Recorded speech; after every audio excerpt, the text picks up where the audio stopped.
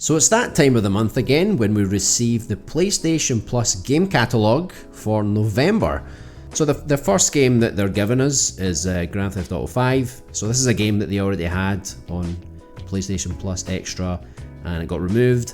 So just like Red Dead Redemption 2, it's back again, and no doubt shortly after it will get taken down very quickly. So if you've still not played Grand Theft Auto 4, then here you go, you've got another chance to do so.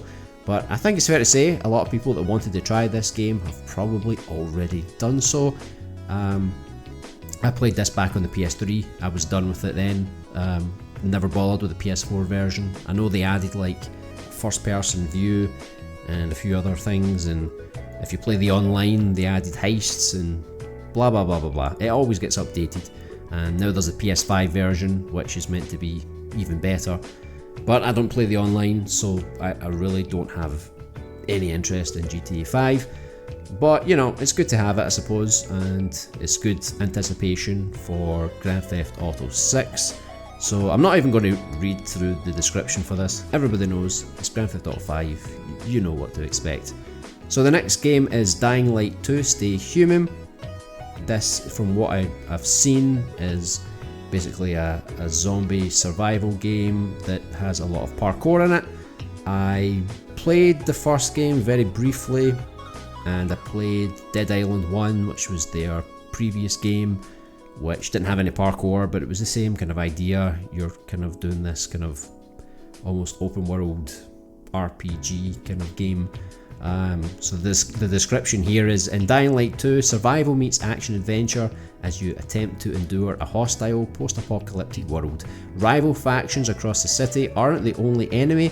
A virus has turned a vast majority of the human population into monsters. Take on the role of Aidan Caldwell, a wanderer with the power to change the fate of the city. But your exceptional abilities come at a price. Haunted by memories you cannot decipher, you set out to learn the truth and find yourself in a combat zone. Hone your skills to defeat the enemies and make allies. Unravel the dark secrets behind those that wield power, choose sides and decide your destiny. But wherever your actions take you, there's one thing you must do: stay human. So I think this game has co-op, which is always a nice bonus. It depends if you like these kind of open world games mixed with, you know, zombie survival. You've got co-op there. Yeah, I think this is a pretty good addition. We got Dead Island 2 last month, and now we've got Dying Light 2, so you can compare the two games. It depends what kind of game you like. The Dead Island 2 is more linear. It has sort of like kind of open levels, but at the same time they are kind of linear.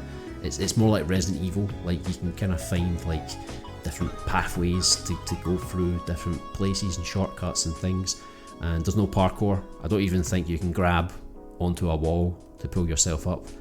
So Dying Light 2 is definitely going to offer something a bit different, something a bit more pacey, and if you like running around, jumping around buildings and things, I think this will be a pretty fun game to play, especially on co-op.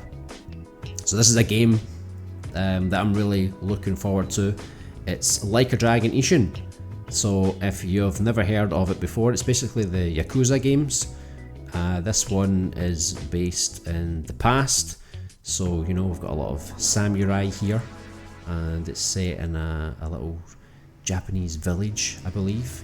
And there's tons of different combat styles, so you've got like the samurai sword, you've got the gun, there's a style that you can combine the two together, and I think you can even use your traditional fists to fight with. So the combat looks good. I love the Yakuza games.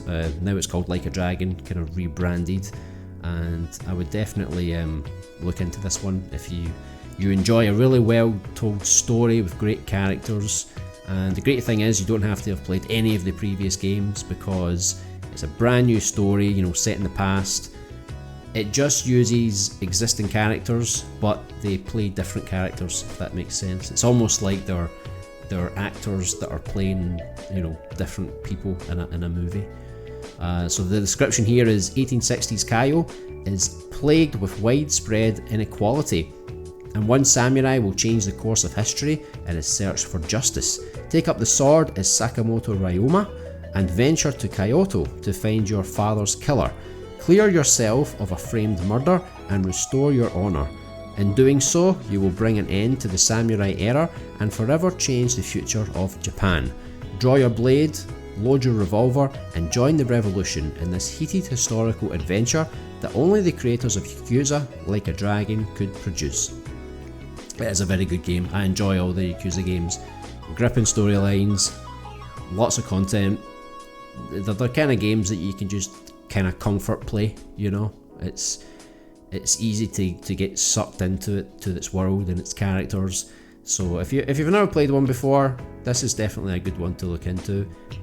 It's hard to say where this ranks in terms of all the Yakuza games, but for me they're all good. This one's more simple because it's just one smaller scale environment. So in many cases it is a bit more simple, but you know, if you're new to the franchise, you know, maybe this is a good way to sort of dip your toe into it, and then you can try out the more recent ones.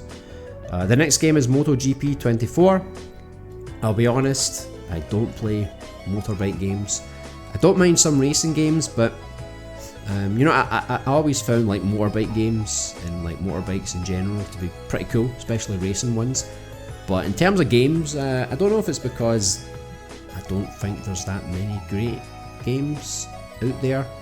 You know, I know there's a lot of like really old school motorbike games, like I think it's called Road Rash, and is it Outrun or something? Like there's some other game. It's not Outrun. There's some other game, Super Hang-On, I think it's called, by Sega. You know, they're kind of fun, like kind of arcadey kind of games. But in terms of these more simulated ones, I haven't really gave them much thought, to be honest. So you know kind of what to expect. It's a motorbike game. You're racing through the championships. So if that's your kind of thing, well, it's coming to PlayStation Plus. The next one is The Sims 4 Island Living. So this is not a game, this is like an add-on expansion pack for The Sims 4. So that's quite a strange addition, because it's like you're just getting DLC now, which normally they don't do. But I think The Sims 4 is free now, so I guess, you know, if they're giving you paid expansions for free now, then, you know, why not, right? So I haven't played a Sims game since the very first Sims, and that was a console on the PlayStation 2, so it wasn't, you know, as feature rich as the PC version. And you know, The Sims is good, you know, it's alright. You kind of create your characters, you have fun with them. But I don't know how it's evolved over time. I don't know how The Sims 4 is. I know when it first launched, there was a lot of criticism, so I don't know if it's improved. I don't know if these expansions have actually added anything to the experience or not. But you know, if you're playing The Sims 4 for free, hey, you've got some extra new content coming your way, and this looks like it's going to give you a lot more of a paradise kind of theme in terms of like clothing and scenery and activities and all that kind of stuff. The next one is Digimon Survive. So I'm not really a Digimon fan. I guess I'm more of a Pokemon fan. But you know, the last Digimon game I played was like back on the PS1. I think it was Digimon World or Digimon 3. I can't remember, but that was a brutal game. Like I couldn't even pass the first level. Like my Digimon would die, and then I would get like a really bad Digimon after that, and it was just terrible. So I just gave up. But apparently, from what I've heard about this game, is that it's like a tactical grid-based RPG game, which is right up my alley. I really like those kind of games. If you think like Final Fantasy Tactics or Fire Emblem or Disgaea, it's that kind of game.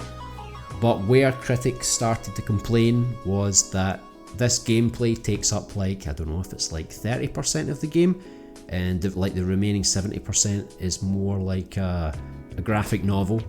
So, you know, graphic novels, they're not something I usually read, but, you know, I like story in my games, so, you know, I'm willing to dive in and put up with it. It's no problem for me. But obviously if it gets in the way of the RPG combat, then, you know, it can create like a bit of an imbalance. But it's a game that I'm glad came to the service. It's a game that I probably never would have bought And that's what I think is great about PlayStation Plus. You can try a lot of games that you probably never would have bought, and you might find something that you actually really like. So the description for this game is, after getting lost on a school trip, Takuma Momozuka finds himself transported to a world inhabited by ferocious foes and new allies. So join Akuma and his friends as they fight their way back home. Digimon Survive is a hybrid visual novel and tactical RPG set in a mysterious world filled with dangerous monsters and deadly battles that will test your ability to survive. Persuade your opponents to join your team and evolve them to fight alongside you in thrilling turn-based battles. Unfold a dark tale about friendship and survival that is jam-packed with exciting drama, a unique cast of characters, and potentially grim choices. So I had no idea that Digimon had like a dark side to it. I just thought it was like Pokemon, you know, everything was all happy and joyful. But apparently not. Apparently this is going to be a bit darker. So that's definitely got me quite interested. This is one of the games I never thought I would play, but I'm going to give it a shot. I think it's going to be pretty interesting. The next game is Overcooked All You Can Eat. I think this game actually came to the regular PlayStation Plus Essential tier, but it was a little while ago, and it's basically the first two games with all the DLC put together, you know, PS5 support, plus the first game has online co-op to keep it consistent with the second game, which is a really nice addition. I feel like the game is really fun but really frustrating at the same time, and to get friends together to play is essential. I don't think this is a game you can really play on your own, and sometimes the online was a little bit laggy from what I played, so I don't know if it's been improved, but the lag unfortunately makes this game a bit more difficult because time is essential, and sometimes you can pass a stage with like a second or two, and if you've got a little bit of lag, you know, and you're trying to put the plate down or put something on the plate and you're missing it by like a little bit because of the lag, that can take up some more time, and during the harder stages that's going to be a big problem. So from what I played, the online wasn't great, but if you can play this on couch co-op, it's a fantastic game. Just be aware that you're going to get frustrated with each other, you know, it's fun, but at the same time, you know, it's like a competitive nature, but you're working together, and you know, all you want to do is get like a high score, get all 3 stars and move on to the next stage. But it is really fun. I do really like it. The description basically says, hold on to your chef's hats and prepare your appetite for an XXL portion of Overcooked magic. Overcooked and Overcooked 2 and all additional content are blended together and remastered in this delicious definitive edition.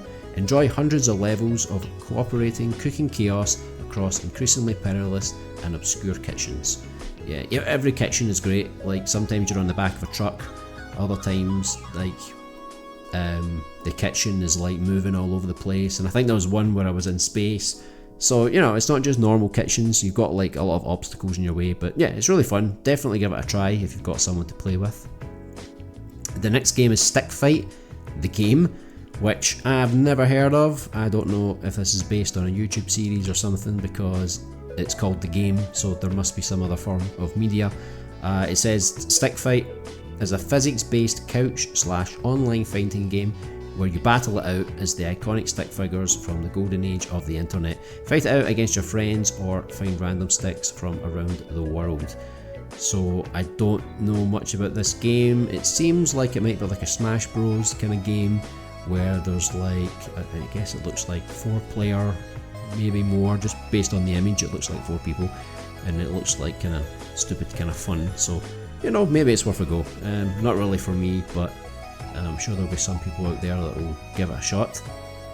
The next game is Clash, Artifacts of Chaos. Again, I know absolutely nothing about this game, never seen it before, so I'll just read the description. Drawing upon both surreal and punk fantasy influences, the world and civilizations of Xenozoic are brimming with fascinating characters, creatures and landscapes. You play as Pseudo, a master of martial arts who lives as a recluse in the strange land of Xenozoic. When you cross paths with the Boy, a small creature whose mysterious powers have attracted the attention of Gemini, the mistress of the artifacts. You decide to protect him, unaware that much greater forces are involved. Roam this intriguing land and discover its paths, inhabitants, and ancient secrets. So it's giving us some story details here, getting it set up for what this game is about. But I have no idea about the gameplay, so you know, I'll add some footage, you know, over the top of this video here, and we'll find out together what this game's all about. But you know, games that I have no idea about, I'll always check them out, you know, just to see if it's something I can get into. But yeah, just based on what I'm reading here, I've got no idea what this game's about, no idea if I'm going to like it or not. And the next game is pretty much in the same boat. It's called Killer Frequency. It looks quite interesting based on the picture, but again, I've got no idea what this game is or what it's about.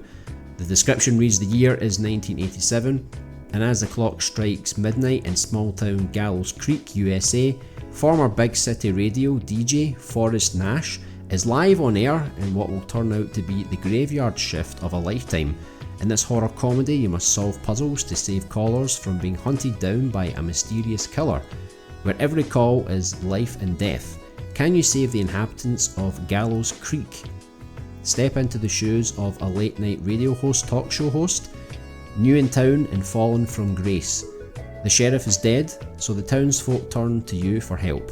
You, Forrest Nash, are the only person in town who can run a phone line. So again, it sounds really interesting, but I have no idea what it's about.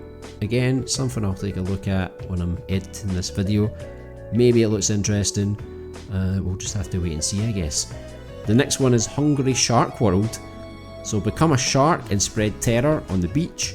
Fight man, machine and beast as you explore tropical islands, sunken temples, vast cities and frozen icebergs. Enjoy discovering expansive levels with their own distinctive enemies, hidden treasures and unique missions. Take on everything the sea throws at you, from gruesome goblin sharks and the adorable poor beagle to historic monsters and giant submarines.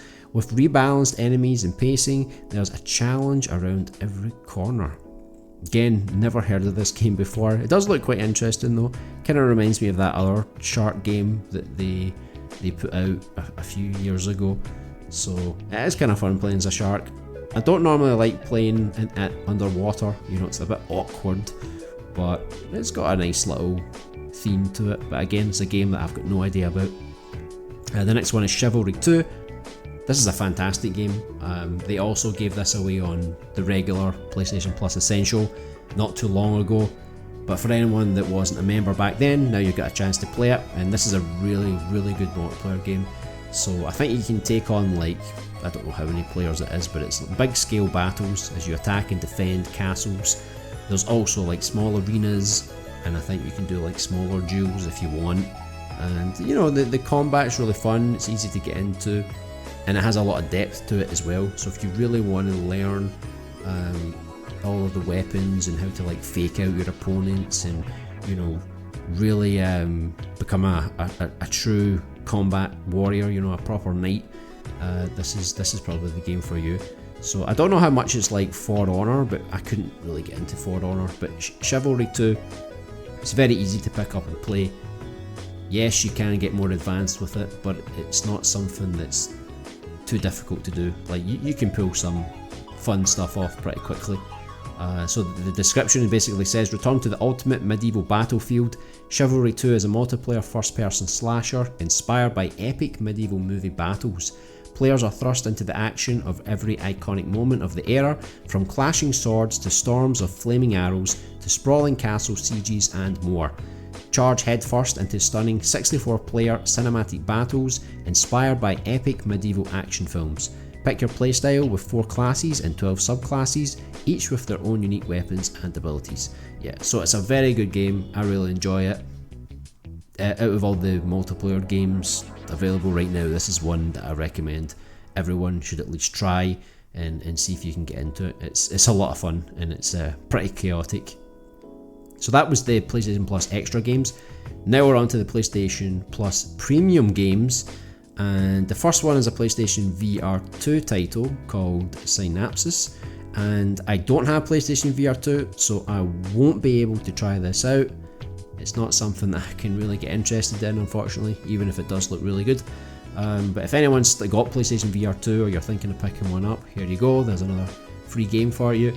The description reads, dual wield brutal firepower and surging telekinesis in the ultimate mind-breaking VR action shooter. Unleash your inner anti-hero and invade the twisted subconscious of a notorious enemy of the state. Become a mind-breaking operative and wreak havoc on the enemy's mind with deadly weaponry in one hand and expressive telekinetic abilities in the other. Combine your powers to overcome formidable defences and delve deeper into a hostile mindscape. So I'll let you have a look at the footage and you can see if it's something for you. The next game is an old PS1 classic. It's Blood Omen Legacy of Kain. So you might have saw that they've recently announced there's going to be remasters of Legacy of Kain Soul Reaver 1 and 2. This is like the original one before Soul Reaver. They brought out Blood Omen, then they brought out Soul Reaver. Then I think there was Blood Omen 2, Soul Reaver 2. So it's sad that the Blood Omen games aren't going to get the same remastered treatment as Soul Reaver 1 and 2, but it's good that we're still getting it here on the PlayStation Store. I'm sure you can probably pick up these games even if you don't have the premium membership.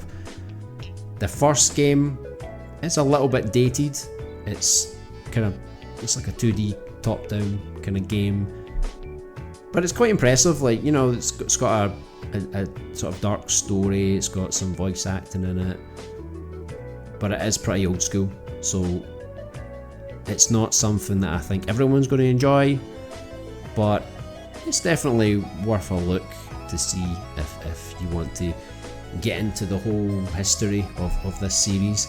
The description reads, ready yourself for next month's launch of Soul Reaver 1 and 2 Remastered by discovering the origins of this dark gothic fantasy franchise with the original PlayStation title Blood Omen Legacy of Kain.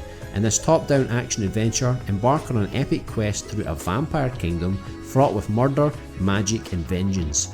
Journey through an expansive world containing more than 100 hours of intense, blood-sucking spellcasting gameplay and enjoy cinematic quality voiceovers, dynamic lighting effects and more than 25 minutes of full motion video footage. So that's something I had no idea about. It's more than 100 hours. I did not know this was like a proper RPG game. I thought this was just going to be like a action adventure game that took like 10 or so hours to beat. I had no idea it was going to be a 100-hour game. Wow. Because I've played a little bit of it, but I just didn't realise the scale of it.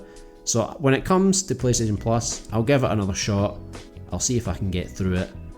Like I said, it's a bit dated, but I think I'll give it another go. The next one is the sequel, Blood Omen 2. I've only very briefly played this on the PC, so I can't really say too much about it, but this one is a PS2 game. It's in 3D. Maybe more people will get into this game since it is going to be a bit more graphically appealing, and I think it's more closer to like the Soul Reaver games. So the description reads, fierce attacks and brutal combos await in this action adventure, originally released on the PlayStation 2 in 2002. After Soul Reaver's 2 launch the previous year, Blood Omen will take you back to an alternative timeline set between the events of the first Blood Omen and Soul Reaver. Cut down from power by a mysterious warlord centuries ago, Kain reawakens in a world he barely recognises. His army slain, his vampire brethren nearly extinct, Kain is one of the last of his kind. With an agenda of vengeance, Kain shall unleash a wicked wrath to uncover the plot that threatens the land he seeks to conquer. So that's probably one I'm more interested to play, because it is in 3D. I think from what I've seen of it, it looks pretty cool. But it's a really interesting franchise because you've got the Soul Reaver games, you've got the Blood Omen games. You're basically playing two separate characters going through like their own journeys, and I think that's what makes the series so unique, that you get to see sort of from both perspectives. If you ever played the Soul Reaver games, he's basically hunting this vampire guy, so it's good to see the other side of the coin. And last but not least, we have Resistance Fall of Man and Resistance 2. I have no idea if this is going to be a stream only title, if we can download it. if it has anything to do with like the original streaming service. I thought these games were already there. If they're not, then I guess it's going to be streaming, but if they're already there, I wonder what exactly they've done different with these games. But these games definitely deserve a remaster, including the third game. I don't know why they never made a trilogy. Like, it just seems like so obvious a thing to do, you know? And maybe even consider making a Resistance 4 one day. So I'll go through the descriptions if no one's ever played these PS3 games before. But they're great games, like great co-op games, especially the first one. You can play the whole campaign in co-op. I think the second game was just online co-op. It was up to 8 players. But again, it was really fun multiplayer. It had like 60 player battles. I think the first game got a bit more praise, but the second game is still pretty fun. So the first game reads, epic military action and unnerving tension blend together in PS3's 2006 first-person shooter Resistance: Fall of Man. Humanity faces annihilation as a relentless alien force known as the Chimera ravages Europe. Amidst the chaos, Nathan Hale emerges an unlikely hero, confronting unimaginable horrors while uncovering secrets that could change the course of the war. And then Resistance 2, initially released in 2008 on PS3, Resistance 2 is the continuation of Insomniac Games' science fiction FPS saga. Now on American soil, the alien Chimera threatens Hale's humanity in a gripping race against time to put a stop to the invasion. Once again at the forefront of humanity's fight for survival, Nathan Hale must lead his squad through desperate missions as new weapons and giant boss encounters increase the scale of the conflict to new heights. So yeah, that's another thing I forgot to mention. This is an Insomniac Games franchise, so they, you know, Spider-Man, Ratchet and Clank. So they're very good games. They have some interesting weapons. Back then, I remember when I got my PS3, Resistance: Fall of Man, that was a fantastic game. Really, I don't know if I can say really showcased what the PS3 could do, but it was a pretty fun game. It had a really good campaign, and the online for the second game was superb. I really enjoyed it, really fun and addictive. So that's everything from PlayStation Plus Extra and Premium for November 2024. What did you guys think of the games on display this month? Anything taking your fancy? What do you think you'll try out? Is there anything you're surprised by which you thought, hey, I might actually check this out, like Digimon Survive? Is there anything that you didn't think you would give a chance, but now you think you'll load it up and see what it's all about? Let us know down in the comments below. Thanks very much for watching today's video. Subscribe if you're new to the channel, and I'll see you guys in the next one.